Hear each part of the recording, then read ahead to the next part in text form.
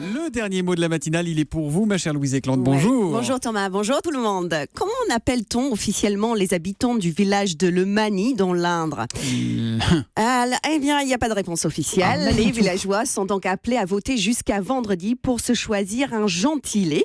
Les votants peuvent choisir entre 4 possibilités dans les Manicois ou les Maniciens. Je vous le dis tout de suite, je trouve ça nul parce que les habitants du Mani avaient pris la bonne habitude jusque-là de se faire appeler les Magnifiques. Oh, c'est bien, ce qui ça. est excellent comme gentilé, c'est très français, il y a du panache, il y a de la prétention. Pourquoi changer ?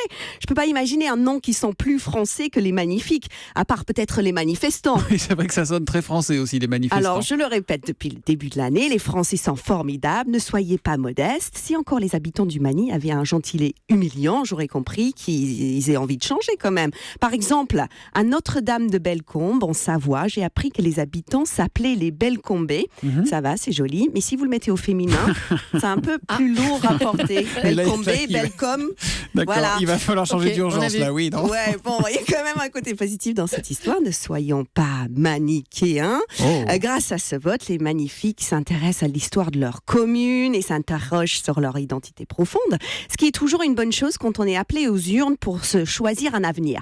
Parce que dans quelques semaines, ce sera notre tour de choisir entre Le Pénien, Macronier, Poutouziste ou Mélenchounois. Mélenchounois. Je m'en sors. Quel sera le gentilé de la France pour les 5 prochaines années ? J'espère que la réponse sera magnifique. Et comme dirait Christina, C'est magnifique, ma chérie. Ma n'est-ce chérie. pas ? Ils devraient continuer à les appeler les magnifiques. Ils font venir Christina Cordula, ils font une Marianne à son effigie dans la mairie et voilà, c'est parfait, non ? Des bonnes Voilà. idées, Thomas. Merci beaucoup, ma chère Louise Éclante.